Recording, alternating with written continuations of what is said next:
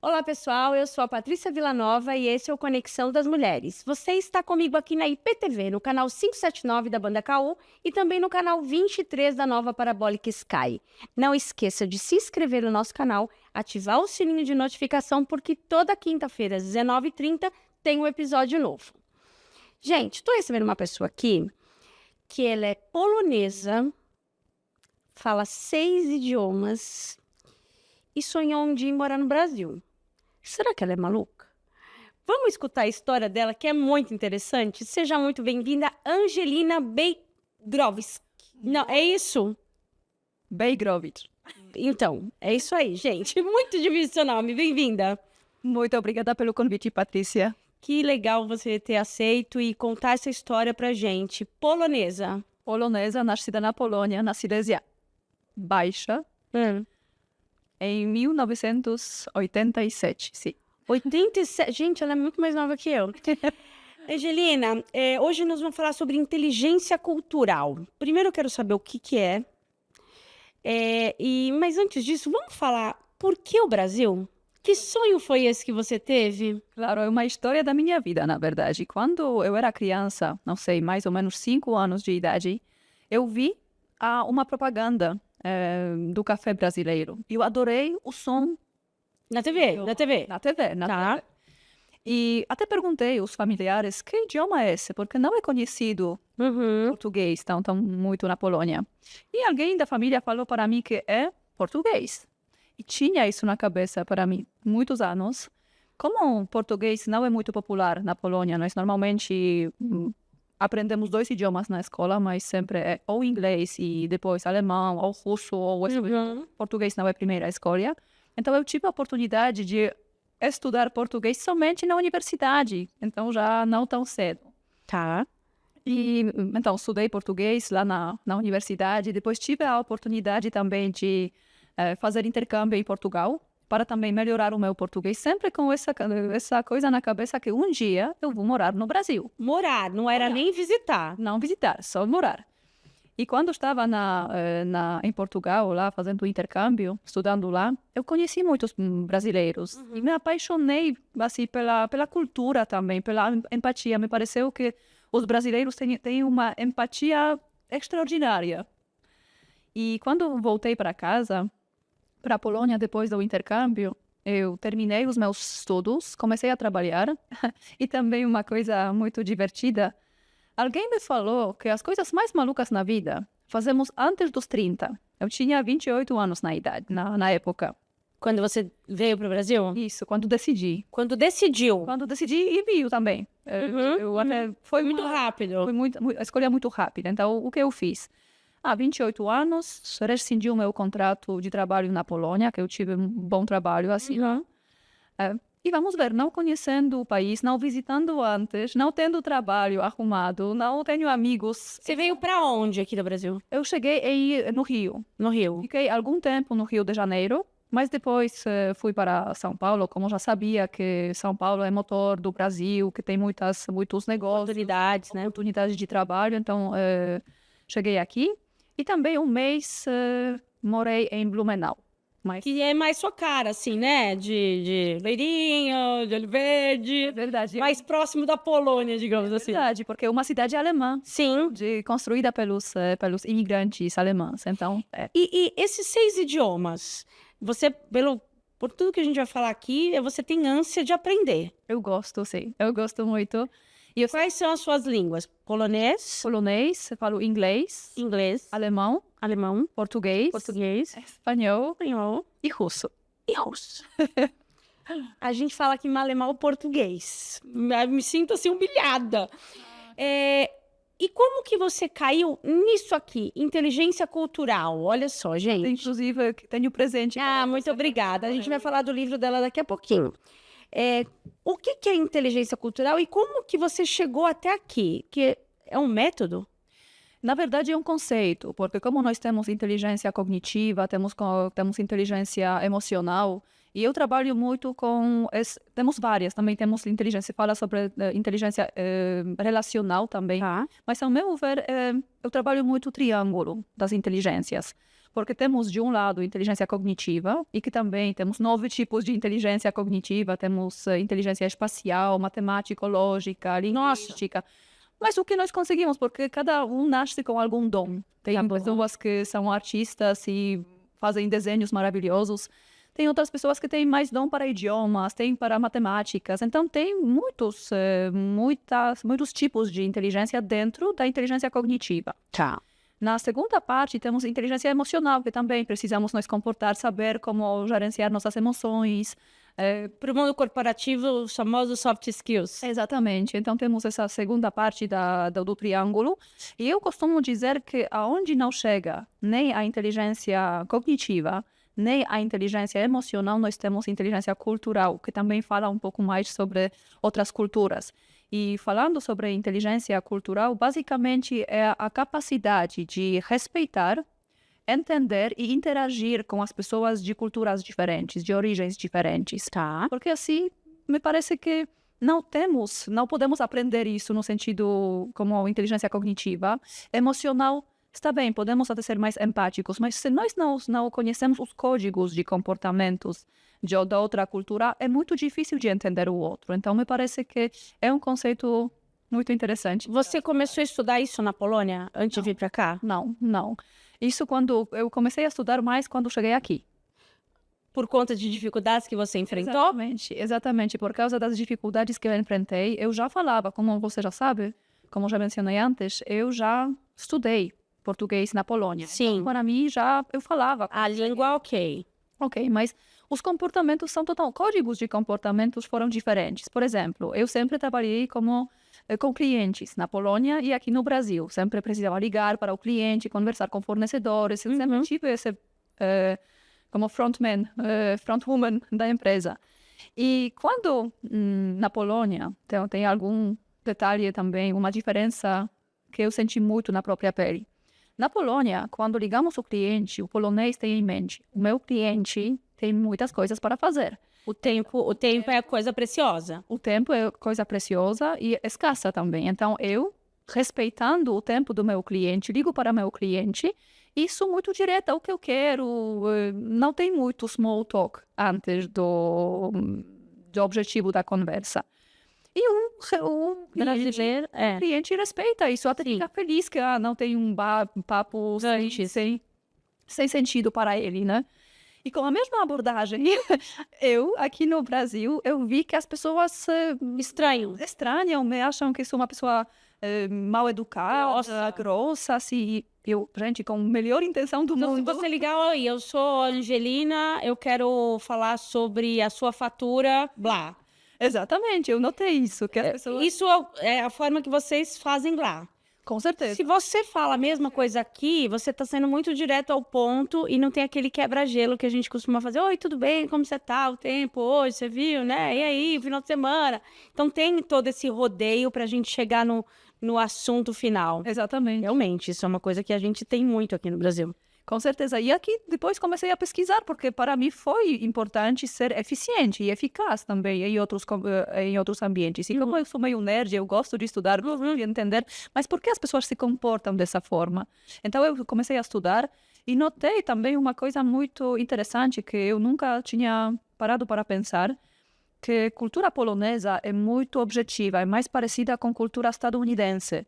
Que então, se eu represento uma empresa e vou para negociar com outra empresa, não me importa quem é Angelina na Polônia, porque ela representa a empresa. Então, o ethos da empresa é muito mais importante do que a pessoa. Exatamente. Então, Angelina pode não ser simpática, pode ser sem sorriso, mas se ela consegue entregar os resultados, se ela é eficiente no trabalho, é o que importa. É o que importa. Agora, a cultura brasileira é muito mais relacional. Relacionamentos são muito importantes. Sim, então, muitas vezes até inclusive o ethos da pessoa é muito mais importante do que o ethos da empresa. Por isso até falamos tanto ser um bom vendedor Que tem relacionamentos. e vai também para outra empresa, ele leva O cliente leva, é verdade, as pessoas pegam a confiança na pessoa, então, para onde ela for, né, se for para um concorrente, essa pessoa vai junto, é verdade. Então, assim, eu comecei a notar essas pequenas diferenças que faz todo sentido. E por isso é tão importante saber quem é a Angelina, quem é a Patrícia, o que a Patrícia gosta de fazer, que tipo de livros ela gosta de ler, se a pessoa gosta de conhecer melhor o outro. O que não é tão comum na Alemanha, na Rússia, na Polônia, porque até um termo que eu exploro também nesse livro é como construímos a confiança no mundo corporativo. Temos dois tipos, dois Isso lá. No livro você fala sobre essa construção lá na sua região. Não, em geral. No geral. No geral, como no mundo corporativo nós conseguimos construir a confiança. E tem dois extremos. Eu sempre falo aqui sobre uma escala. Tem um extremo e outro extremo. E claro, cada país pode ficar no meio, pode ficar mais de um lado. É muito relacional também, dependendo com quem lidamos. Então, por exemplo, temos uma confiança baseada em tarefas, que eu já mencionei, que é, por exemplo, na Polônia, de execução. Se uma pessoa é muito eficiente nas suas atividades, traz resultados para a empresa, é o que importa. E do outro extremo, temos confiança baseada em relacionamentos. Então, quem é essa pessoa? Como ela reage? O que ela gosta de fazer? Quais valores ela traz consigo mesma? Então, são dois também tipos de confiança que se podem construir dependendo da cultura. E você teve que estudar a cultura de muitos lugares, né? Para conseguir entender essa versatilidade das pessoas, imagino. Por onde que você começou? Pelo Brasil, imagino eu, porque foi onde você chegou. Mas aí, como que você foi pesquisando e chegando nesses conceitos para a construção do livro?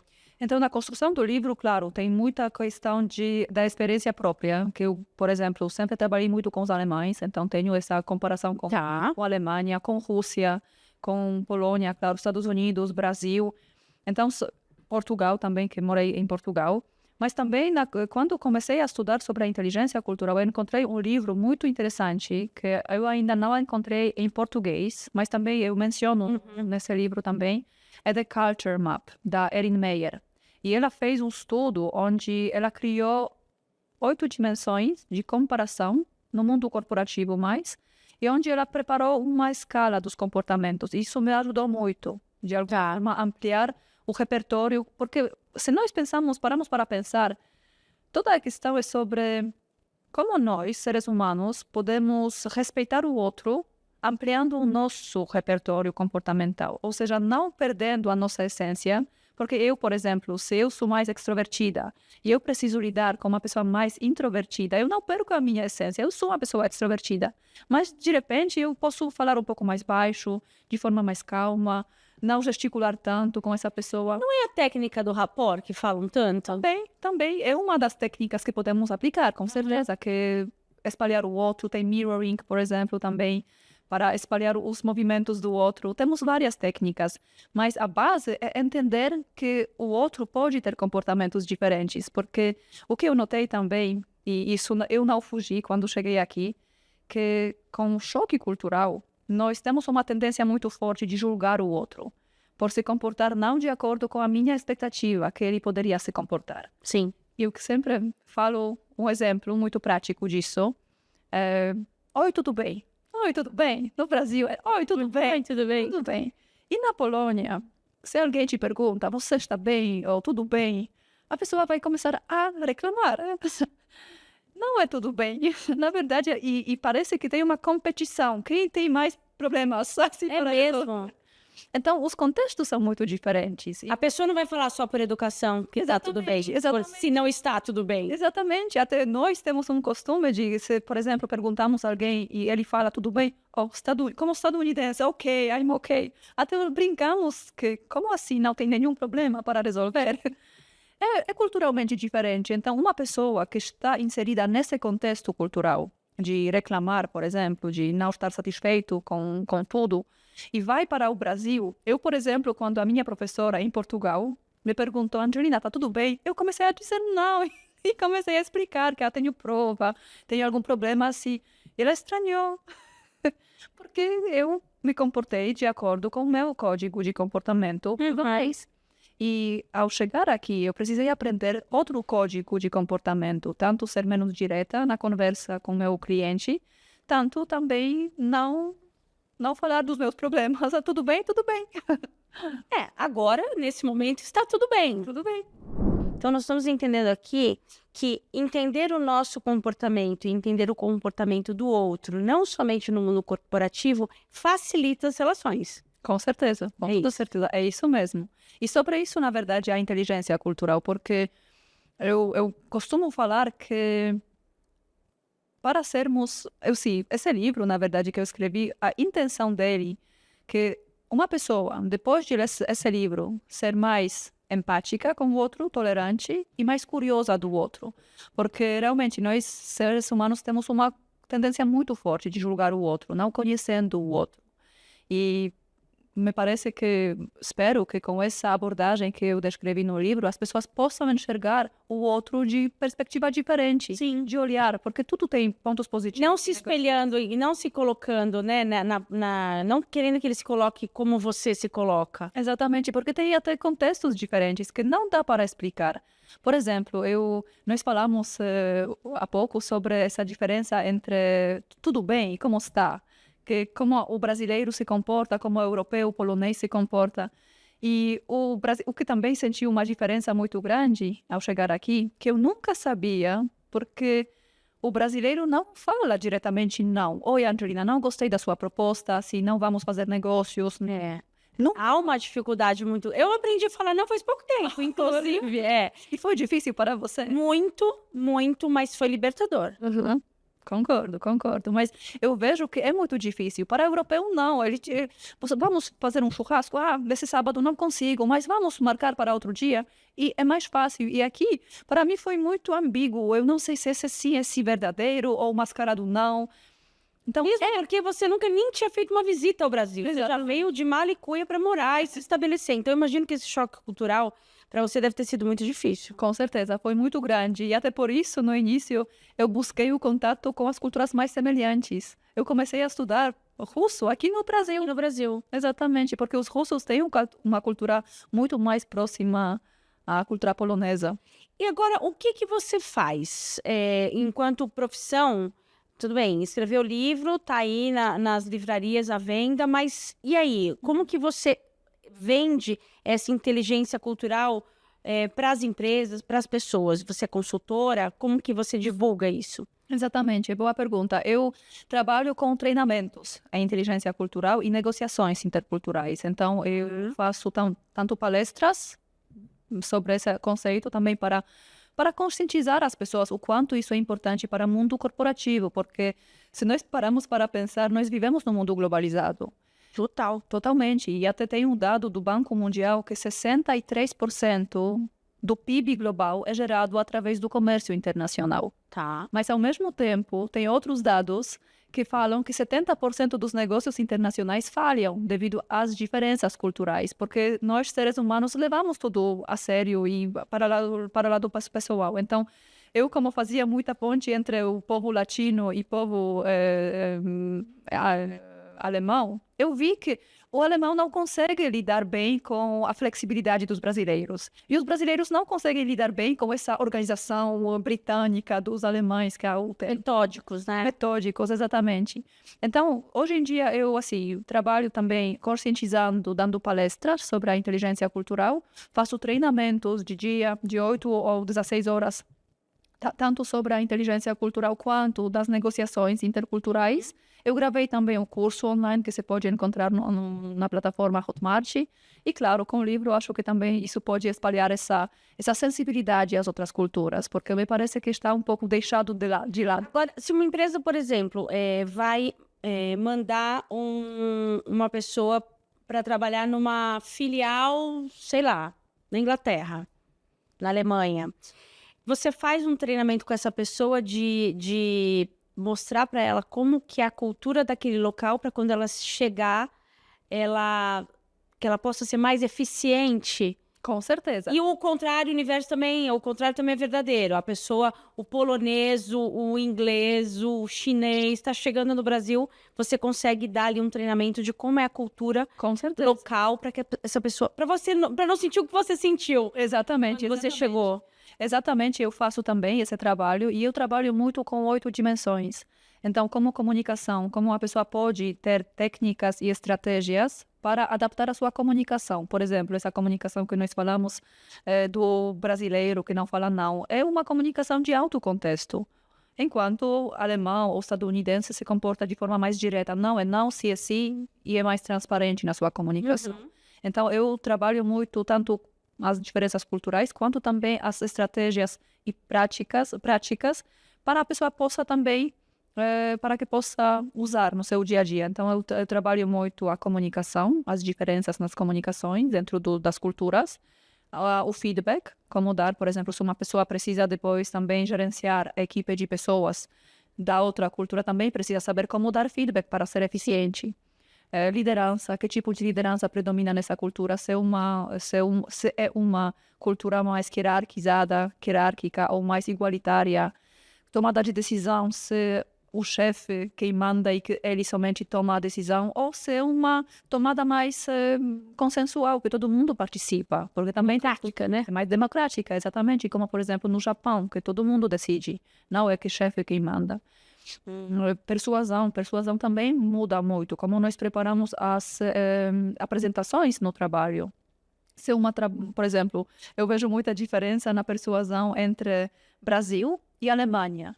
Na Alemanha e na França também, na Polônia, a apresentação precisa ser preparada muito conceitual, ou seja, muita teoria, muitos estudos e depois a pessoa pode realmente decidir se esse método, essa ideia é interessante para aplicar ou não. Você mostra ali a prática do negócio. Exatamente. E, por exemplo, aqui no Brasil, o que eu vejo... Bullets. E também outro ponto muito curioso, que aqui é muita aplicabilidade. Então, eu vou ensinar você como negociar para você poder negociar o seu salário e com seu chefe. Então, é muito aplicável. Você já aprende uma coisa para no dia seguinte já aplicar. Então, a aplicabilidade é muito, muito destacada. Como ganhar mais. Até tem cursos que fazem assim, persuasão. Mas por que persuasão? Porque ter boa oratória, por exemplo, para você convencer as pessoas. Sim. Então, é muita aplicabilidade. Enquanto na Alemanha, na França, está bem, a aplicabilidade é importante, mas para convencer, você precisa ter conceitos. A pessoa precisa ter uma certeza que isso já foi provado, já tem algum conceito teórico. Então, os cursos costumam ser um pouco mais teóricos do que práticos. Agora, se a gente for analisar... Quando a gente fala de inteligência cultural, de entender como que as pessoas de determinadas regiões se comportam, mas no nosso dia a dia, quando você falou da empatia, né, a inteligência cultural não precisa ser entre países, pode ser simplesmente entre pessoas, uma forma que eu lido com uma situação diferente com uma forma que você lida, ainda que você fosse uma brasileira. Então, esse movimento empático, ele facilita muito a vida, né? Com certeza, e sem sombra de dúvida. E você tocou também num ponto muito importante sobre, claro, empatia é super importante. E também concordo que nós lidamos com seres humanos, mas muitas vezes nós não conseguimos nos conectar com o outro, porque mesmo sendo empático, nós não entendemos o comportamento do outro. E a inteligência cultural, essa terceiro pilar, ela explica um pouco. Por exemplo, aqui dentro do Brasil, nós temos regiões totalmente distintas. Sim. O Brasil é totalmente distinta do que o Nordeste. E os modelos de comportamento são diferentes. Então, me parece que, claro, inteligência emocional, empatia, ajuda muito em construir uma ponte entre as pessoas, mas me parece também que é necessário também desenvolver algum conhecimento por que essa pessoa se comporta. E essa curiosidade, empatia e tolerância precisam também andar juntas, a meu ver. Não precisa nem ir para norte, nordeste, sudeste do país. Uma empresa, por exemplo, onde você precisa dar feedback para várias pessoas, você não sabe se o comportamento dessa pessoa, o que ela viveu, o que ela vive. Então, não dá para tratar cada colaborador ali, cada funcionário, de forma igual. Com certeza. Então, se você tiver essa empatia, essa sensibilidade enquanto gestor, porque eu acho que o papel do gestor é esse, né? Todo mundo acha que é fácil ser gestor, mas não é. Não é todo mundo que tem a capacidade disso. E tudo bem quem não tem. Precisamos de pessoas que não tenham mesmo, de entender, poxa, por que essa pessoa se comporta dessa forma? Deixa eu usar minha empatia aqui para dar um feedback, seja ele positivo ou negativo. Então, eu acho que no mundo corporativo é muito aplicável, sim, a empatia. Com certeza, sem sombra de dúvida.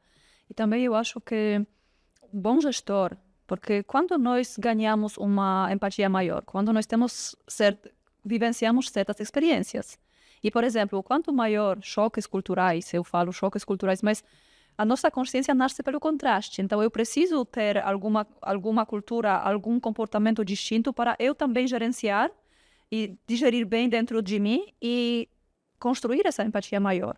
Porque, por exemplo, se eu vivo num local onde todo mundo se comporta dessa forma, tudo bem, não tem muito conflito, não tem muito contraste. Não se aprende muito. Não se aprende muito, porque a pessoa não. Então, como eu posso lidar com o outro se ele se comportar? Eu vou julgar no primeiro momento o outro.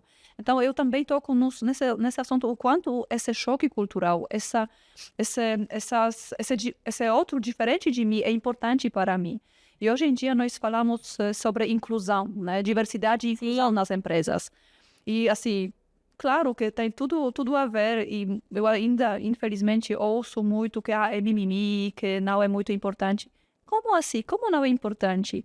Começando pelo como nós podemos conhecer o outro, assim, seres mais humanos, terminando pelos lucros para a empresa. Nós queremos ser mais inovadores, mais criativos. Como ser mais criativos se nós estamos na mesma bolha e todo mundo pensa da mesma forma? Como ser criativo, né? Não dá. Então, por isso que choque de gerações dentro das empresas é importante, né? Tem a galera nova, a galera jovem, estando com as pessoas mais ali, um pouco mais velhas, os old schools, né, que a gente fala. Esse choque é importante. No primeiro momento, parece que vai dar conflito, mas a gente tem que aproveitar o melhor de cada um. Com certeza. E até quem disse que o conflito não é benéfico? A meu ver, o conflito até é benéfico, porque nós conseguimos...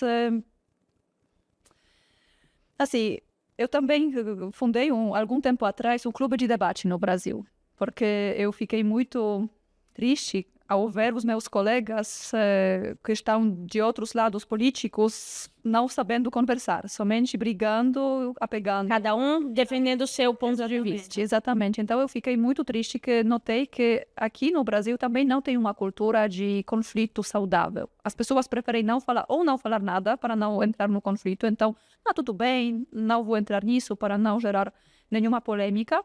Ou se degladiar igual os políticos ali no debate. Exatamente. Então também tem dois extremos. E na verdade o conflito nos ensina, porque de repente eu posso adequar a minha opinião. Eu não nasci assim, dono da verdade. Exatamente. Nós construímos a nossa verdade por meio das várias experiências que nós temos. Então, se nós não conseguimos conversar com o outro e nós apegamos muito à nossa verdade, ao meu ponto de vista, como nós podemos crescer? Nós vamos só brigar, porque esse é um ponto interessante também, que a pessoa se apega tanto com a opinião que ela tem sobre qualquer assunto, sobre política, futebol, sobre qualquer assunto. Sim.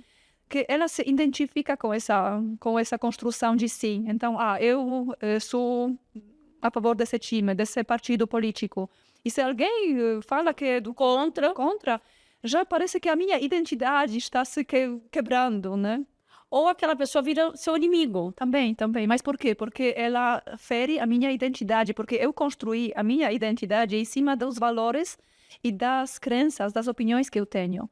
E se nós desidentificamos dessa opinião, nós conseguimos enxergar, verdade, aqui eu concordo com esse ponto, com esse não, e eu consigo construir algo novo ainda, uma opinião totalmente nova. Então, é muito importante ter esse conflito saudável para eu poder também, de alguma forma, contrastar as minhas opiniões. Eu gosto de contrastar, porque muitas vezes será que é assim? Eu gosto de conversar com uma pessoa que pensa diferente, porque de repente eu não pensei sobre esse ponto de vista. É muito saudável. Super. Inclusive, isso devia ser matéria de escola, né? Com certeza. Porque a gente já falou sobre isso. Por exemplo, se há um conflito dentro de uma sala de aula, principalmente nos anos iniciais ali, ou até os adolescentes, vai para a diretoria. Se um brigou com o outro, não tem... Vamos entrar num consenso, o que está acontecendo aqui? Vamos discutir sobre isso, vamos chegar num outro ponto. Então é mais fácil resolver tirando ali do caminho, mandando para a diretoria, se for o caso e tal. Então, se você tem isso como uma matéria, não sei se inteligência cultural, seja o nome que for, mas das pessoas saberem a gestão de conflitos, putz, para a vida isso é essencial. Com certeza. E outro ponto importante nessa gestão saudável de conflitos e conversar realmente, que nós não somos, o que eu vejo muito, principalmente no Brasil, mas não somente no Brasil, também em outros países, mas no Brasil me parece muito nítido isso, que tem uma pessoa, um líder, que fala alguma coisa e tem um monte das pessoas que não pensam muito de forma crítica sobre essa frase e estão acreditando sem questionar. Então, me parece... Seguidores ali. Seguidores, exatamente. Então, me parece que quando nós temos desenvolvido esse senso crítico de pensar, e por isso inteligência cultural, porque você tem culturas totalmente distintas. Tem culturas que, por exemplo, valorizam muito liberdade. Por exemplo, uma cultura dinamarquesa. Não sei se vocês assistiram, tem um seriado muito legal na Netflix, Rita. Não, Rita, vou procurar. É muito, muito legal. É sobre uma professora na escola. E quando eu assisti, eu achei super fantástico esse seriado. Eu recebo a Angelina hoje falando sobre inteligência cultural e como isso nos ajuda no dia a dia, nas nossas relações. E ela estava falando sobre um seriado chamado Rita, que fala sobre o comportamento do dinamarquês. Onde? Na Netflix? Não, na Netflix, mas o comportamento da professora dinamarquesa. Isso, exatamente. Que era a Rita? Era a Rita, exatamente. E também falamos um pouco sobre os valores, o quanto os valores mudam. Sim. De uma cultura para outra. Então, por exemplo, eu acho muito bem observar nessa cultura dinamarquesa a liberdade, o quanto é importante. É muito nítido. Falava sobre as culturas que prezam pela liberdade. Exatamente. Por exemplo, as culturas nórdicas, Escandinávia, é muito forte esse. Então, para mim, como polonesa, que vivenciou uma cultura muito católica, tivemos Papa João Paulo II, então, a Igreja Católica sempre presente ali, presente lá. Então, quando eu assisti esse seriado, no primeiro momento foi um choque, gente. É anti-heroína, na verdade, para mim, para padrões poloneses. Então, o quanto é importante também questionar os próprios valores assistindo e participando em eventos de outras culturas, porque eu até falo um pouco sobre o conceito do triângulo cultural nesse livro, como uma metáfora de como nós podemos interagir melhor com o outro e também conhecendo nós um pouco melhor. Então, triângulo cultural, eu falo muito sobre contextos diferentes. Então, como nós falamos sobre Rita, dinamarquesa, com a apreciação da liberdade muito forte, e, por exemplo, cultura polonesa, que tem o oposto, que tem uma cultura mais, reservada de submissão, que tudo bem, liberdade, mas não é o melhor, não é o mais forte valor que nós prezamos, por exemplo. Então, como o contexto é diferente, o meu contexto na Polônia é totalmente diferente do que no Brasil. O meu código comportamental é diferente. Aqui no Brasil eu sorrio muito mais, porque as pessoas gostam, e até eu me sinto mais leve. Exatamente. Eu adoro esse repertório, assim, essa leveza do brasileiro. Eu me sinto muito bem. Mas na Polônia, as pessoas não sorriem na rua. Tudo bem? Não. Até falamos que reclamamos muito mais. Então, quanto o contexto é diferente, o contexto econômico, político, social, religioso até inclusive. Depois, nós, na segunda parte, temos o espelho cultural. Então, eu faço uma provocação para a pessoa poder pensar como a cultura em que estamos inseridos, porque combinamos, nós não escolhemos o lugar onde nascemos. Nascemos e pronto, estamos inseridos nesse lugar, nesse contexto. Mas podemos mudar, como a Exatamente. Angelina. Exatamente, mas isso também é uma escolha pessoal. Muitas pessoas não querem, ficam bem assim no seu cantinho, desfrutando o que conhecem. E aqui eu também trago uma reflexão, como a pessoa pode pensar, está bem, como a história do meu país, porque cada país tem suas histórias distintas. Na Europa tivemos muitos conflitos, muitas guerras. O Brasil é um dos países agraciados que não tinha muitas guerras. Tinha uma guerra contra o Paraguai, mas não muitas. Por outro lado, tinha toda a questão da colonização e pecados, né, da colonização. Então, o quanto a história do país impacta como nós pensamos, como a religião impacta como eu penso, por exemplo, sobre alguns assuntos mais provocativos. Nesse sentido, como o idioma, como eu estruturo a minha fala. Também, falando 6 idiomas, mas cada idioma tem outra lógica. O Brasil, como nós falamos, oi, tudo bem, tudo bem. Lá não tem essa expressão na Polônia. E você vê, né, tudo isso faz com que exista tantas guerras, porque eu não aceito a opinião diferente da minha. Isso. Guerra religiosa, que a gente vê aí. Certeza. Né? Então, isso é uma coisa que é para se pensar. Com certeza, e por isso até esse livro, para mim, esse interesse pelas outras culturas foi justamente por causa disso. Eu nasci numa família onde os meus avós ainda lembraram da Segunda Guerra Mundial e falaram disso. Nasci na época onde ainda tinha muitos, até hoje tem conflitos, mas tinha conflitos em Beslan, uma tragédia, um genocídio em Bósnia e Herzegovina. Agora fugiu o nome da cidade, mas também grande genocídio lá. Tinha guerras na Chechênia, então eu estava rodeada por isso. Os conflitos étnicos também, por causa das nossas nacionalidades que ficam assim num território muito pequeno e um quer conflitar com o outro. Então, para mim, também, a inteligência cultural, a meu ver, tem várias dimensões profundas. Nós podemos falar no nível pessoal, que como eu posso, como pessoa, ser humano, ser melhor ser humano, ao entender melhor o outro, não julgar, ser mais empático, tolerante, curioso do outro. Mas por que ele se comportou dessa forma? Sim. Tem nível de emprego, de trabalho, no mundo corporativo. Como nós podemos fazer negócios melhores, negócios com outro país? Não, até se eu vou trabalhar, se eu estou no Brasil e vou trabalhar numa empresa alemã, quais são os valores dessa empresa? Com certeza, né? Com certeza. E até também para ser... Porque no final de contas, sempre é pessoa com pessoa que faz negócio. Sim.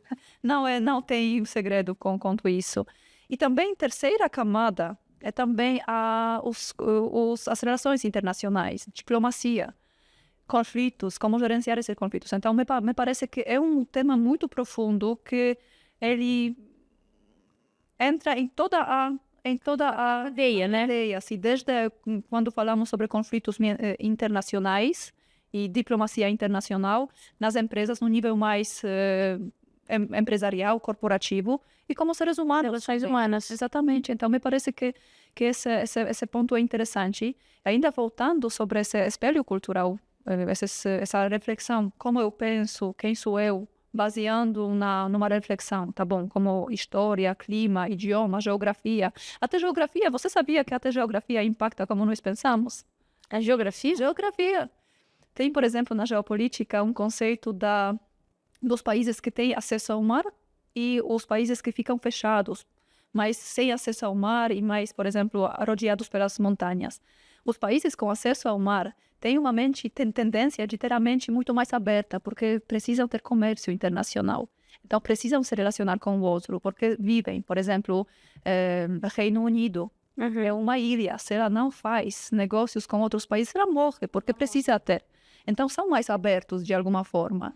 Mas, do outro lado, temos Afeganistão, um país totalmente fechado, com muitas montanhas, com muitos desertos. Vivem só naquele mundo deles. Exatamente. Então, esses países, é claro, sempre fazendo ressalva que não é a única forma de enxergar, é uma das formas de enxergar a geopolítica e geografia. Mas esses países têm uma tendência mais forte de ser mais fechados, mais tradicionalistas, mais fanáticos. Por isso, no Afeganistão, temos tantos conflitos, porque cada tribo, assim, separado pela montanha, vai lutar contra o outro, né? E o autoconhecimento, então, vem em todas as pautas da nossa vida, né? Agora, Angelina, eu queria saber como que as pessoas te acham, conhecem o seu trabalho, o seu curso. Eu queria que você deixasse as suas redes, por favor. Ai, com certeza, né? Então, eu tenho o LinkedIn. Tá, gente, nós vamos colocar o nome dela depois aqui, porque é difícil, ela vai falar e ninguém vai conseguir escrever. Então, tenho o LinkedIn, tenho o Instagram, tenho também site. O site me parece mais fácil de encontrar, porque é AB, então, primeira letra do meu nome e primeira letra do meu sobrenome. AB Global Connections. É o meu site. AB Global Connection. Isso. E no LinkedIn e no Instagram é o meu nome e sobrenome. Então, Angelina Beigrovic. É difícil. Angelina, palavras finais, deixe sua mensagem para quem está nos assistindo, por favor. Ai, muito obrigada, Patrícia. Então, eu queria encorajar todo mundo a se conhecer um pouco melhor. E como eu mencionei no livro, eu acredito muito que nós conseguimos conhecer muito melhor quando nós encontramos o diferente. Então, por isso, essa paixão pelas culturas diferentes, porque de alguma forma nós conseguimos questionar as nossas próprias crenças, os nossos valores, e não somente porque eu nasci nesse lugar, é assim sempre que foi, a minha mãe, o meu avô sempre se comportava. A tradição, né? A tradição, mas como o outro pode me ensinar e como nós podemos expandir o nosso repertório comportamental e ser mais empáticos, mais curiosos e mais tolerantes. E nos permitirmos conhecer as outras coisas, as outras pessoas, as outras culturas e tudo mais. Você pensa em voltar para a Polônia? Talvez para morar. Nesse momento eu tenho ainda sede de conhecer outros lugares. Se você fosse sair do Brasil hoje para morar em outro lugar, que lugar seria esse? Opa, tem muitos lugares na minha lista, mas queria muito viver em Madrid ou Barcelona, então Espanha. Pensei também em ter uma experiência nos países nórdicos, que têm cultura totalmente distinta da minha. Então, de repente, Dinamarca ou Suécia. Você nasceu no lugar errado, né? Você devia ter nascido na Dinamarca, esse espírito de liberdade. Eu gosto de aventuras. Eu gosto de encontrar as coisas novas. E tem uma metáfora muito poderosa e que eu gosto muito, que eu queria deixar como recado para pessoas, que a nossa vida é um pouco como uma floresta. Nós podemos ir andando pela floresta maravilhados pela beleza das árvores, da natureza, da fauna e flora, ou ter medo de insetos e mosquitos. Então eu acredito que a nossa vida é um pouco assim. Se nós permitimos ter maior coragem e fazer as coisas mais malucas que pensamos, mas com esse olhar positivo, não com medo. Me parece que as coisas... Passa um repelente e vai para a floresta. Exatamente, mas para se maravilhar com as belezas. Onde que encontramos o livro? Esse é meu. O livro podemos encontrar na livraria Martins Fontes, na Avenida Paulista. Também no site deles podem... Ele será online? Também no site da editora, que é Autografia. Também tem. Angelina, muito obrigada pela sua presença. Obrigada por querer morar no nosso país e gostar tanto do nosso povo. Isso é muito legal. E boa sorte nas suas novas aventuras. Muito obrigada, Patrícia, e muito obrigada pelo convite. Imagina. Um beijo, gente. Te vejo no próximo episódio.